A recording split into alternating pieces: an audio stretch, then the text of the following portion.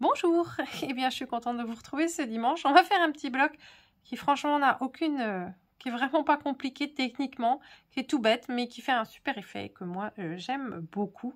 Voilà, comme du coup c'est un peu le principe de vous montrer ce que j'ai appris et ce que je sais faire et ce que j'aime, et ben voilà.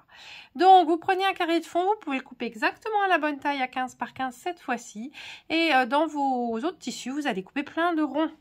Donc vous allez couper des ronds de plein de tailles différentes. Alors moi je les ai coupés au pif, hein, donc ce sont plutôt, des fois ça ressemble un peu à des patates. J'ai pas utilisé de gabarit. Vous pouvez bien sûr tracer avec des ronds de bobine comme ceci. Enfin voilà, avec plein d'autres choses, mais franchement d'abord c'est plus laborieux parce qu'il y a déjà beaucoup de ronds à couper, et le fait que ce soit pas des super ronds, c'est vraiment pas un problème du tout. Donc vous voyez par exemple, voilà, si vous regardez celui-là, c'est vraiment pas un rond, c'est pas grave, voilà. Et sinon, si ça vous rassure, vous tracez un joli rond et puis ensuite vous servez de votre rond déjà coupé pour le poser, et puis pour couper des ronds un peu plus grands en coupant comme ici autour du rose, vous voyez, couper l'autre un peu plus grand autour. Mais franchement, allez-y au pif. Mes ronds, la taille des ronds, bah, ça va dépendre de la taille. Alors ici, on fait un petit carré.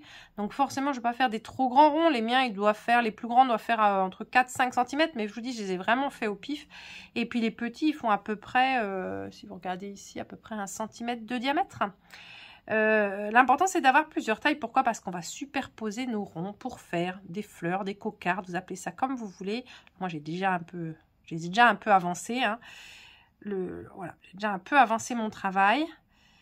Voilà, et puis vous allez les positionner. Ce qui est important, c'est d'avoir plusieurs tons, hein, de couleurs pour mélanger, avoir à la fois du clair, du foncé. Ouais, moi, je reste toujours dans mon harmonie vert, bleu, turquoise avec une pointe de rose. Et donc, je les mets. Alors, on peut les faire déborder.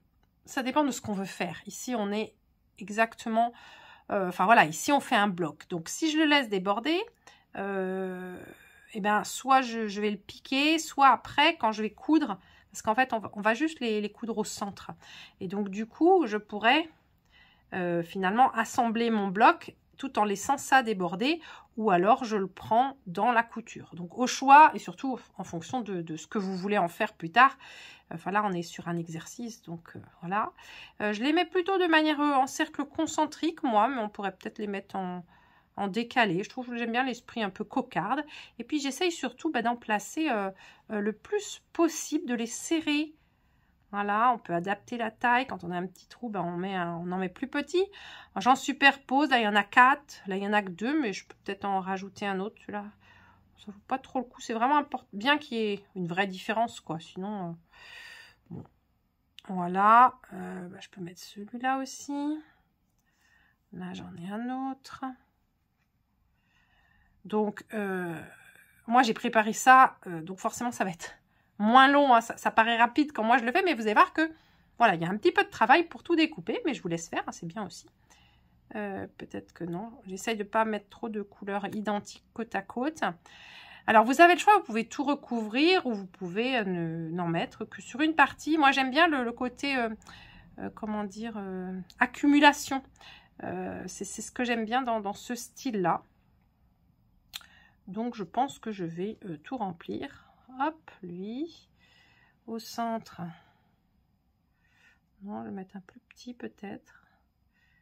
Ça, voilà. Après, j'ai lui. Je mets lui dans le coin. Je peux mettre un peu de vert ici. Hop, hop. Voilà. Donc, franchement, amusez-vous. Là, ça n'a plus... on est vraiment dans l'esthétique. Voilà.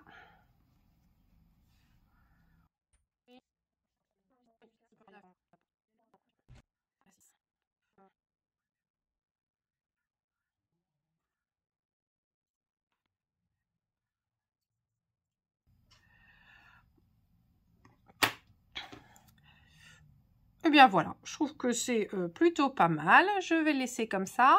Maintenant, on va passer à la couture. Deux solutions.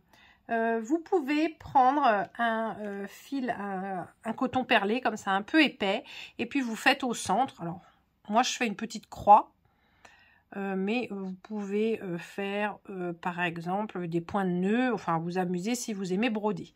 Et moi, je vais le faire à la machine, et pareil, je vais faire une espèce de petite étoile à la machine qui se fait facilement, soit en piqué libre, soit directement avec votre pied normal. Vous faites hop, un aller, un retour, vous pivotez, etc. Alors, pour pas que tout ça bouge pendant qu'on va l'emmener à la machine, je vous conseille d'utiliser un crayon colle-bois. Et hop, vous pouvez mettre une petite croix de colle, déjà sous chaque gros. Et vous pouvez aussi en rajouter, hop, sous les petits comme ça. Vraiment juste un point. Vous pouvez le faire au fur et à mesure que vous construisez votre... Mais bon, moi, des fois, je change le truc au dernier moment. Donc, je vous conseille ce petit point de colle. Ça va vous simplifier le travail parce que rien que d'aller à la machine et de commencer à bouger, c'est un peu galère. Voilà. Pas besoin d'en mettre plus. Hein. C'est vraiment juste un point pour maintenir. On pourrait mettre des épingles, mais franchement, je suis pas sûre que ce soit plus rapide, je sais pas, mais même plus pratique. Voilà, et là, normalement, si j'ai tout collé, presque, oui, ça tient.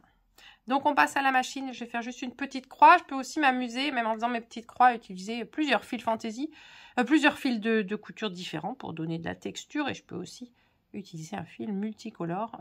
Je ne sais pas ce que je vais faire. Mais je vais peut-être voilà, je vais peut-être faire ça. En tout cas, je vais juste faire hop une petite croix au milieu ou une petite étoile, on va dire. C'est parti.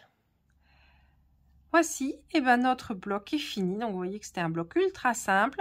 Il y a des petites choses qui ont un petit peu bougé, voilà, ceux qui ne sont pas complètement centrés, mais je trouve que ça lui donne un petit air sympa. J'aurais pu peut-être en rajouter un là ou un là. En tout cas, moi, c'est quelque chose que j'aime beaucoup. Ça peut être très sympa pour décorer des sacs, même pour des petits panneaux en patch. Donc voilà, c'est gai et c'est ludique. Et puis, je vous souhaite un bon dimanche et on se retrouve la semaine prochaine. Au revoir.